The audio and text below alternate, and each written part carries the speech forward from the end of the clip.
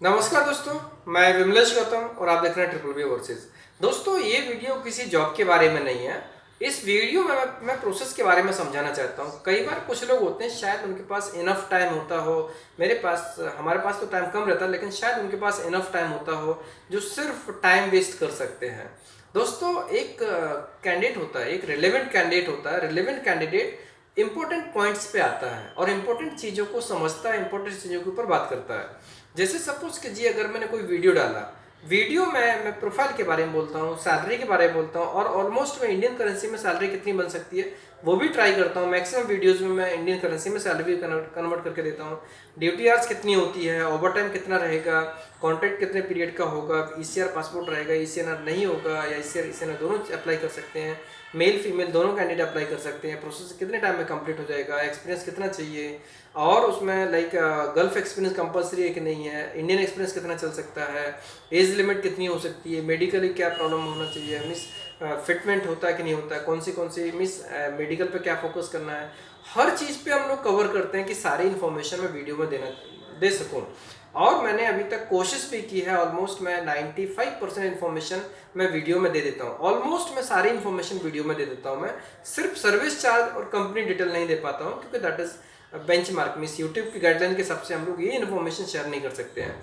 अब दोस्तों, यहाँ पर इसके बाद अगर देखा जाए तो अगर कोई कैंडिडेट हमें कॉल करे और कॉल अननेसेसरी पॉइंट्स पर आए कि 2 मिनट का काम है और वो 10 मिनट कॉल खींचे और कोई रिलेवेंसी ना हो, तो वो लोगों से रिक्वेस्ट है, प्लीज़ अगर उनके पास टाइम है तो दूसरे काम में इस चीज़ को इंगेज कर सकते हैं हमारे पास सिर्फ रिलेवेंट इन्फॉर्मेशन के लिए। क्योंकि अगर आप सैलरी की बात करो तो ऑब्वियसली मैंने यूट्यूब में बताई है आपको। अगर प्रोसेस के बारे में बात करो, मैंने मेंशन किया हुआ है, राइट। हाँ, यहाँ की प्रोसेस कैसे होती है उसके लिए हम आपको फ़ोन पे बता सकते हैं, और उसमें प्रोसेस में हार्डली 1 मिनट या 2 मिनट का टाइम लगता है। अब बात करते हैं यहाँ पर रिस्पॉन्स के ऊपर। रिस्पॉन्स अगर टाइम पे नहीं मिलता तो इसमें ऐसा नहीं कि सभी रिस्पॉन्सिबिलिटी हमारी है। इसमें काफ़ी हद तक उन लोगों की रिस्पॉन्सिबिलिटी है जो पूरी इन्फॉर्मेशन नहीं देते हैं और व्हाट्सएप को कम्प्लीटली हैंग कर देते हैं, इंगेज कर देते हैं। जैसे, हेलो सर, मुझे पोलैंड जाना, कितना खर्च आएगा? अरे दोस्त, अगर आप बताओगे नहीं कि आपकी क्या प्रोफाइल है, कहाँ से हो, कैसे हो, कौन सी सिटी है, मैं इसलिए आपको फॉर्मेट बताता हूँ। ऐसे मेरे व्हाट्सअप में, मेरे कलीग के व्हाट्सअप में, मेरे जितने कलीग्स के नंबर दिए गए हैं सभी के व्हाट्सअप में ऐसे अनगिनत मैसेज पड़े हुए हैं जिन्होंने सिर्फ लिखा हेलो सर। दोस्त, मैं आपको एक चीज़ बताऊँ आपको कि यहाँ पे हम लोग व्हाट्सअप चैटिंग के लिए नहीं बैठे हैं और हमारे पास इतना टाइम नहीं होता कि हम चैटिंग कर सकें। इसलिए आप लोगों से निवेदन है कि अगर करियर प्लानिंग स्ट्रांग है, सही में आप बाहर जाना चाहते हो, तो थोड़ा प्रॉपर तरीके से काम करो। इसमें दो दो फायदे होंगे। फायदा ये होगा, पहले आप अगर प्रोफेशनल वे में काम करेंगे तो आपके सिलेक्शन के चांसेस बढ़ जाएंगे, दैट इज वेरी श्योर। दूसरा फायदा ये होगा कि अगर आप इन्फॉर्मेशन एक बार में देंगे तो आपका भी टाइम बचेगा और दूसरे का, सामने वाले का भी टाइम बचेगा। इन्फॉर्मेशन आप एक बार भेजोगे व्हाट्सएप पे टाइप करके अपना पूरा नाम, सिटी, अप्लाइड पोजीशन लिखने के बाद में आपको क्या क्या जानकारी चाहिए वो सारी इन्फॉर्मेशन व्हाट्सएप पे डालोगे तो उसके बाद आपको आंसर जरूर मिलेगा। और अगर कॉल करते हो तो कॉल पे भी आप उस चीज़ को पूछ सकते हो जो अगर कॉमन क्वेरी है और लंबी क्वेरी है तो जो नंबर आपको दिया जाता है उस नंबर पे आप डिटेल मैसेज करेंगे, आपको डेफिनेटली आंसर मिलेगा, ये कंफर्म है। लेकिन पूरी इन्फॉर्मेशन के साथ में, ऐसे नहीं हेलो सर मुझे फिटर के लिए अप्लाई करना है, ये कोई भी इन्फॉर्मेशन है, कुछ भी है, उसके हिसाब से थोड़ा सा देखना पड़ता है कि अगर रिलेवेंट होगा तभी हम उसके बारे में बोल सकते हैं, अगर रिलेवेंट नहीं होगा तो हम कैसे इन्फॉर्मेशन देंगे। दोस्तों, जब तक कॉपरेट बराबर नहीं होगा, एक दूसरे का कॉपरेशन नहीं होगा, तब तक इसमें लाइक रिलेवेंट इन्फॉर्मेशन नहीं मिल पाएगी। और हो सकता है कई रिलेवेंट लोगों को भी इन्फॉर्मेशन न मिल पाए, क्योंकि कई बार ऐसा होता है कि कॉल चलता है, इंगेज होता है, लोग कॉल आते हैं, आते रहते हैं, फिर वो लोग जो रिलेवेंट लोग होते हैं वो एक या दो बार कॉल करके रह जाते हैं, उनका कॉल मिस हो जाता है, राइट। और अगर उन लोगों ने मैसेज डाले तो उनको कॉल बैक आ जाएगा, लेकिन बाई चांस उन्होंने मैसेज नहीं डाला तो वो भी उनका ड्रॉप हो सकता है। वैसे हम लोग कोशिश करते हैं कॉल बैक करने की भी। तो इसलिए आप सभी लोगों से निवेदन है कि जो लोग भी रियली इंटरेस्टेड हैं वो लोग सिर्फ इतना सपोर्ट करें कि अगर आपको प्रोफाइल अच्छी लगती है तो फिर अपनी इन्फॉर्मेशन व्हाट्सएप पे ड्रॉप कीजिए। और बेहतर होगा अगर आप व्हाट्सएप पे रिज्यूमे डालेंगे तो और बेहतर होगा। लेकिन अगर आप मुझे डिटेल भेजेंगे, जो इन्फॉर्मेशन दिया, आपका नाम, सिटी, अपराइट पोजीशन, उसके बाद क्या क्या जानकारी चाहिए, अगर वो इन्फॉर्मेशन आप इसमें डालेंगे तो आपको डेफिनेटली आंसर मिलेगा। भले मतलब में समय लग सकता है, 1 दिन 2 दिन। अब यहाँ पर बात करते हैं कि समय के ऊपर, रिस्पॉन्स के ऊपर। दोस्तों, कई बार कुछ लोग बोलते हैं कि रिस्पॉन्स हम लोग लेट करते हैं। दोस्तों, ये फैक्ट है, अभी थोड़ा स्लो हो रहा, लेकिन अगर प्रैक्टिकल वे में जाएं तो मैं किसी कंपनी से मैं तुलना लाइक इन टर्म्स ऑफ मैं उसको किसी को कम ज़्यादा नहीं बताना चाहता हूँ, बट ये फैक्ट है। आप किसी भी बड़े रेपुटेड ऑफिस में आप अप्लाई करके देख लो, आपको रिस्पॉन्स अगर एक वीक के अंदर मिल जाए बहुत ही मुश्किल होगा। क्योंकि मुझे पता है, हम लोग इसी फील्ड में हैं। अगर किसी बड़ी कंपनी में बड़े एजेंसी के पास हमने अप्लाई किया और वो ईमेल का रिस्पांस तो आ जाएगा, मुझे ईमेल मिल गया, हम आपको बताएंगे। लेकिन कैंडिडेट को रिस्पांस मिलने में आपको शायद यकीन हो ना हो, लेकिन फैक्ट है, हम लोग इसी फील्ड से हैं इसलिए हमें पता है 1 महीना 2 महीना 3 महीने का भी 6 महीने लग जाते हैं और रिस्पॉन्स नहीं आता है। राइट? क्यों नहीं आता रिस्पॉन्स? ऐसा नहीं कि वो रिस्पॉन्स नहीं करना चाहते हैं, बात ये कि रिलेवेंट कौन है। जो रिलेवेंट है उसको पिक किया जाता है, जो रिलेवेंट होता है उसको पिक किया जाता है। अगर रिलेवेंट नहीं है तो उसमें हम किसी को जोर नहीं डाल सकते हैं कि भाई आप मैच करोगे या नहीं करोगे। राइट? इसके लिए अगर कोई कैंडिडेट डॉक्यूमेंट्स भेजता है, उसको रिस्पॉन्स नहीं आता तो उसको वेट करना चाहिए। अगर पेशेंस नहीं है तो उसका सिलेक्शन नहीं होगा, दैट इज वेरी श्योर। ये कंफर्म है, 100% कंफर्म है कि अगर जिस बंदे का पेशेंस नहीं होगा, या तो उसका सिलेक्शन नहीं होगा, या सिलेक्शन होगा तो वहां पर एम्प्लॉयर के साथ में कुछ ना कुछ बाद में होगा, बंदा वापस आ जाएगा। राइट? इसलिए एम्प्लॉयमेंट के लिए आप जाते हैं, कहीं पर भी जॉब के लिए जाते हैं, तो कुछ चीज़ें होती हैं जो कैंडिडेट के अंदर कुछ गुण होने चाहिए। और वो गुण ये होते हैं, प्रॉपर कम्युनिकेशन होना चाहिए, प्रोफेशनल वे होना चाहिए, और उनके अंदर पेशेंस जरूर होना चाहिए। अगर ये चीज़ें हैं तभी वो बंदा सेलेक्ट होगा, नहीं तो नहीं होगा। राइट? और रिलेवेंट फील्ड में भी सिलेक्ट होगा, नहीं तो फिर सिंपल सी बात है, फील्ड रिलेवेंट नहीं होगी, कहीं पे भी काम कर सकते हैं। सो कहने का मतलब है कि अगर आपको ट्रिपल बी से प्रॉपर एडवांटेज लेना है, अगर ट्रिपल बी ओवरसीज से आपको प्रॉपर एडवांटेज लेना है, तो जब तक आप हमें सपोर्ट नहीं करेंगे, सपोर्ट इन टर्म्स ऑफ आप डिटेल्स प्रॉपर भेजिए और ईमेल पे प्रॉपर डॉक्यूमेंट्स भेजिए और उसके बाद कॉल कीजिए और रिलेवेंट इंक्वायरी कीजिए। अभी कल किसी कैंडिडेट ने इंक्वायरी की, सैलरी कितनी है? दोस्त, जब मैं सैलरी बता रहा हूँ मैं यूट्यूब पे कितनी सैलरी है, सर वीजा कौन सा लगेगा? वीजा पेमेंट बाद में होगा। अरे जब मैं जो बता रहा हूँ वही एप्लीकेबल होगा ना, उसको मेरे से 2 बार पूछो 10 बार पूछो, तो सिर्फ टाइम वेस्ट होगा, उसमें और कुछ नहीं होगा। और वो टाइम वेस्ट किसी दूसरे के लिए काफ़ी नुकसानदायक हो सकता है, क्योंकि एक व्यक्ति के ऊपर 10 मिनट वेस्ट हुए, दूसरे व्यक्ति के 10 मिनट वो मिस नहीं हो पाए जो कि उसको मिल सकते थे। राइट? प्रोसेसिंग में सैलरी के ऊपर मैं क्लियर कर दूं, सैलरी के लिए इस वीडियो में मैं अनाउंस कर देता हूं। मैं पहले भी मैंने अनाउंस किया हुआ है कि सैलरी जो सर्विस चार्ज कैसा लगता है। सर्विस चार्ज गल्फ कंट्री जाते हैं, गल्फ कंट्री में सर्विस चार्ज जो लगता है वो लगभग 1 लाख के आसपास में लगता है। ठीक है? अगर गल्फ कंट्री से हटके थोड़ा हम अगर और छोटी सी और बड़ी कंट्री पे जाते हैं थोड़ी सी, लेकिन बहुत फेमस नहीं, तो वहाँ पर 1 लाख से 2 लाख 2 लाख 2.5 लाख के लगभग हो जाता है, 3 लाख तक भी चला जाता है।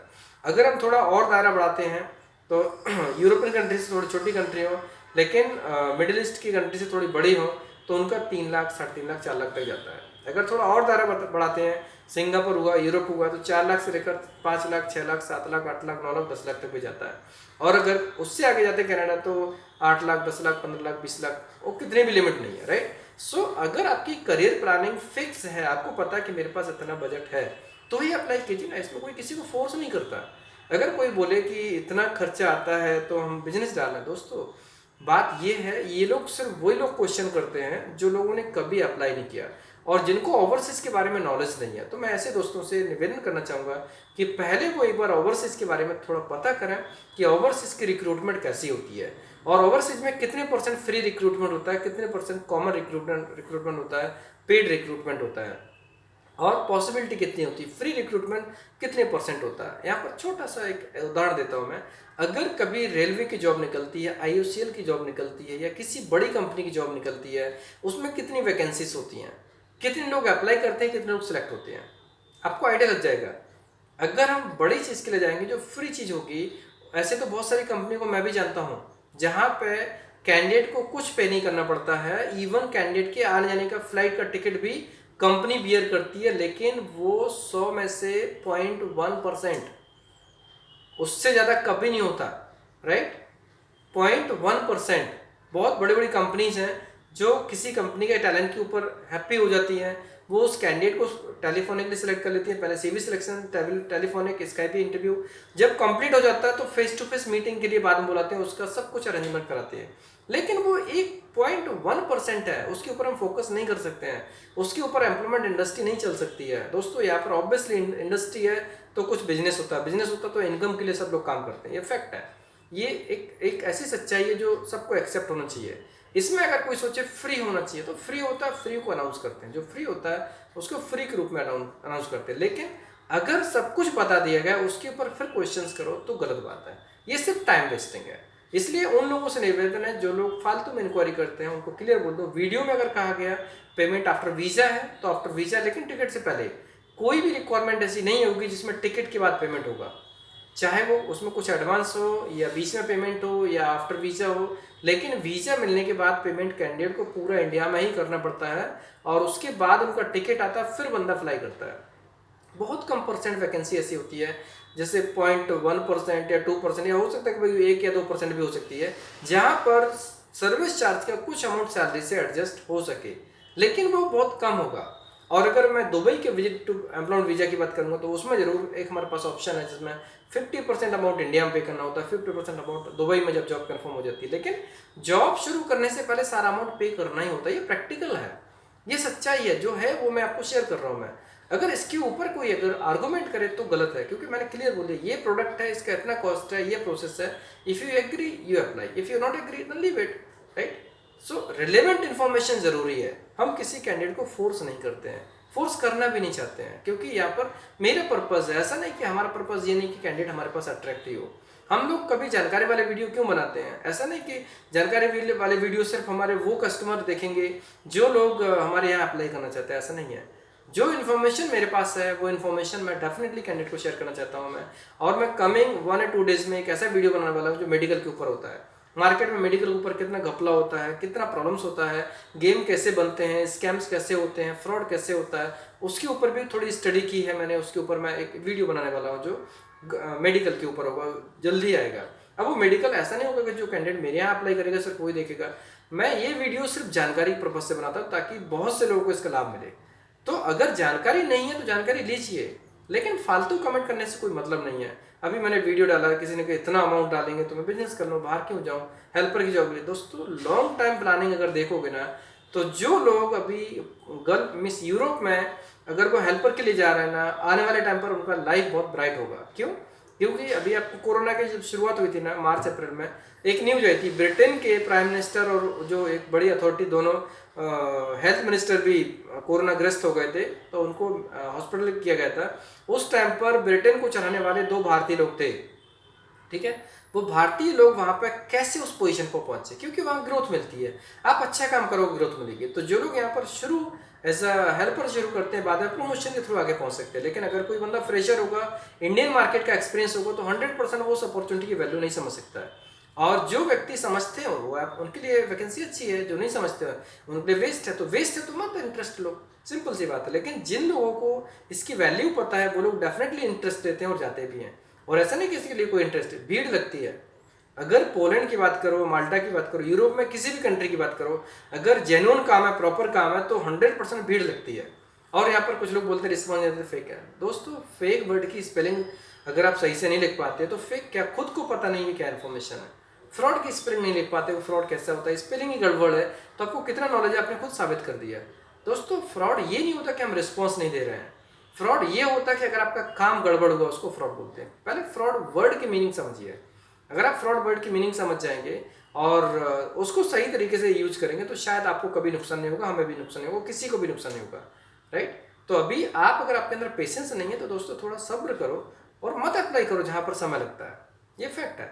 अगर आपको किसी जिन मैं ये निवेदन उन लोगों से जिनको लाइक पेशेंस बिल्कुल नहीं होता और ऑन द स्पॉट रिजल्ट चाहिए, दोस्तों ऐसा नहीं होता।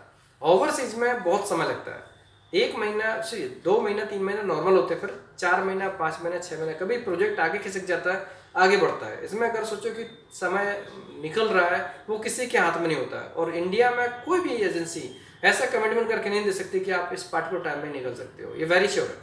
और अगर कोई कंपनी ऐसी बात बोलती है कि वो आपको 10 दिन 15 दिन 1 महीना 2 महीना में फ्लाई करा सकती है कंफर्म, राइट, अगर वो कंफर्म करा सकती है उसके 2 ही रीजन हो सकते हैं। एक रीजन ये हो सकता है कि उस कंपनी जो कंपनी है, कंपनी अपनी ही किसी सब्सिडरी कंपनी के लिए हायर कर रही हो, राइट, ये पॉसिबिलिटी हो सकती है। लेकिन अगर किसी क्लाइंट दूसरा है, वो दूसरा है, तो वहां पर पॉसिबिलिटी हो सकती है 90%, 99%, 99.9% हो सकता है। 100% क्यों नहीं हो सकता? कभी वीजा में प्लस माइनस हुआ, कभी किसी के प्रोसेस के बारे में कुछ हुआ, कहीं मैनेजमेंट के बारे में कुछ चेंज हो गया, बहुत सारी चीज़ें होती हैं। इसलिए एक्सपेक्टेड टाइम अलग होता है, टेंटेटिव टाइम अलग होता है। सो दोस्तों अगर आप प्रोसेस के बारे में अगर आपको लगता है कि इन्फॉर्मेशन बराबर नहीं मिल पाई, तो वो अलग बात है, लेकिन उस चीज़ को बोलो गलत है तो ये टोटल गलत है, राइट। मैं किसी को ब्लेम नहीं करूँगा, लेकिन उन लोगों को बोलूँगा जिनको ज्ञान कम है। जिन लोगों को ज्ञान कम है वो लोग प्लीज़ थोड़ा ज्ञान बढ़ाएं, उसके बाद ओवरसीज़ के बारे में सर्च करें। और अभी मैं एक वीडियो ऐसा भी बनाऊंगा जो पार्टिकुलर फ्रेशर्स के लिए होगा, खासतौर से जिन लोगों ने कभी भी ओवरसीज़ में अप्लाई नहीं किया, उन लोगों के लिए एक जानकारी वाला वीडियो मैं जल्दी ही बनाऊंगा। थोड़ा समय अभाव है, जैसे भी मैं सभी लोगों को रिस्पॉन्स कंप्लीट कर लूँ तो शायद 1 वीक या 2 वीक में एक ऐसा वीडियो बनाऊंगा जिसमें पूरी इन्फॉर्मेशन होगी कि फ्रेशर्स बंदे जो इंडियन एक्सपीरियंस होल्डर बंदे हैं उनको क्या क्या चीज़ें ध्यान में रखनी चाहिए, जिससे कि वो बाहर के लिए अप्लाई करेंगे तो अप्लाई कर सकते हैं। दोस्तों इसमें वैसे तो बहुत कुछ होता है बोलने के लिए, लेकिन पॉइंट ये होता है कि अगर कोई कैंडिडेट्स में लाइक रिलेवेंट इंक्वायरी करे या सपोर्ट करे तो प्रोसेस एक प्रोडक्टिव वे में जाता है, और टाइम काफ़ी इंपॉर्टेंट है। अभी कुछ लोगों ने बोला कि आपके पास इतनी वैकेंसी कैसे आती है। दोस्तों लॉकडाउन के बाद हमारे पास ही नहीं, बॉम्बे के ऑलमोस्ट बहुत से ऑफिस के पास इतना भयंकर काम आ गया। क्यों? क्योंकि जहाँ पर मैन पावर की कमी है वहाँ पर मैन पावर भेजना होगा। और एक मैं इंपॉर्टेंट चीज़ बताऊँ भी, 6 मंथ तक ये रश रहेगा। 6 मंथ के बाद चीज़ें नॉर्मल हो जाएंगी और फिर उसके बाद में सिलेक्शन हो सकता है थोड़ा टफ ही हो जाए, क्योंकि अभी रिक्वायरमेंट है उनको, और अगर उनकी रिक्वायरमेंट फुलफिल हो गई तो फिर आपको क्यों हायर करेंगे, किसी को भी हायर नहीं करेंगे, राइट। या रेशियो होगा तो कम होगा। और अभी जिसकी जॉब सिक्योरिटी अभी नहीं है, इंडिया में जो जॉब्स की प्रॉब्लम है, अगर बंदा बाहर चला गया तो वो जल्दी छोड़ेगा भी नहीं, राइट। सो इस चीज़ को देखिए, जो आने वाले 6 महीने हैं, 6 महीने काफ़ी इंपॉर्टेंट है, एम्प्लॉयमेंट इंडस्ट्री के लिए काफ़ी इंपॉर्टेंट है, जॉब सीकर के लिए काफ़ी इंपॉर्टेंट है। जो लोग इसमें राइट डिसीजन लेंगे उनको फायदा मिलेगा, जो लोग राइट डिसीजन नहीं लेंगे उनके लिए हो सकता है कि ये नॉर्मल रूप में निकल जाए लेकिन बाद में नुकसान हो, राइट। दोस्तों इसलिए मैं कोशिश करता हूँ अपने वीडियोस में हर चीज़ की जानकारी देने के लिए, प्रोफाइल के बारे में, सैलरी के बारे में, क्वांटिटी के बारे में, सैलरी को इंडियन करेंसी में कितनी मिलेगी वो भी मैं बताता हूँ मैं। इसके अलावा प्रोसेस में कितना टाइम लगेगा, वीज़ा कौन सी कैटेगरी का होगा, ECR passport, ECNR passport, English चाहिए कि नहीं चाहिए, क्या क्राइटेरिया है, male candidate female candidate apply कर सकते नहीं कर सकते, एज लिमिट क्या है, मेडिकल फिटमेंट कैसे चाहिए, प्रोसेसिंग एक्चुअली कितने टाइम में खत्म हो जाएगी, प्रोसेस कैसे होता है, एग्रीमेंट कैसे करना होता है। हमारे यहाँ पर हमारी कंपनी के ऊपर क्वेश्चन मार्क करने से पहले आप हमारी प्रोसेस को समझो तो आपको क्लियर हो जाएगा हमारा प्रोसेस कैसे क्लियर है, राइट। और जिन लोगों को ज़्यादा क्वेरी है मोस्ट वेलकम, उनका मोस्ट वेलकम है कि वो हमारे ऑफिस में विजिट करें, उनके सारे क्वेश्चन अगर सॉल्व हो जाए तो कहना, मुझे पता है, आई एम 100% कॉन्फिडेंट कि जो भी कैंडिडेट को अगर लगता है कि इनके प्रोसेस में कुछ प्रॉब्लम है, they should come to our office and they will find it, they will find every solution of their queries. और एक चीज़, किसी ने बोला सर नॉर्मल क्वेरी के लिए मैं आपके ऑफिस क्यों जाऊँ, तो दोस्तों नॉर्मल इन्फॉर्मेशन तो वीडियो में डाल दी मैंने, और आपको उससे ज़्यादा क्या चाहिए। अगर आपको नॉर्मल इन्फॉर्मेशन के लिए ऑफिस आने की सिर्फ सर्विस चार्ज पता नहीं रहता है, बाकी हर चीज़ मैं वीडियो में डालता हूँ, फिर आपको और क्या चाहिए। तो ये काफ़ी इंपॉर्टेंट चीज़ है। मैंने वीडियो इसलिए बनाया क्योंकि पिछले टाइम से मैंने काफ़ी टाइम इन्वेस्ट किया है अपने रिस्पांस के ऊपर, उसके बाद भी अगर कोई रिस्पांस के ऊपर ऐसा क्वेरी करे तो हमें लगा कि शायद एक वीडियो बनाना चाहिए जिससे कि रिलेवेंट लोगों को पता चल जाए, और जो रिलेवेंट लोग नहीं है वो लोग भी प्लीज़ थोड़ा स्टडी करके, अध्ययन करके अपनी नॉलेज को थोड़ा बढ़ाएं, उसके बाद कहीं पर भी अप्लाई करें, हमारे यहाँ अप्लाई करें और कहीं पर भी, लेकिन थोड़ी इन्फॉर्मेशन लेने की जाए, थोड़ी प्रिपरेशन के साथ थोड़ा ग्राउंड वर्क करने की जाए, होमवर्क करके जाएंगे तो क्या रहेगा कि दोनों का टाइम बचेगा। दोस्तों वीडियो कैसा लगा, अगर पसंद आया तो लाइक कीजिए, कमेंट कीजिए, शेयर कीजिए, हमारे वीडियोस को लगातार देखने के लिए चैनल को सब्सक्राइब कीजिए, घंटी वाला ऑप्शन ज़रूर दबाएं जिससे कि आपको आने वाले सारे वीडियोस के नोटिफिकेशन सबसे पहले मिलेंगे। धन्यवाद।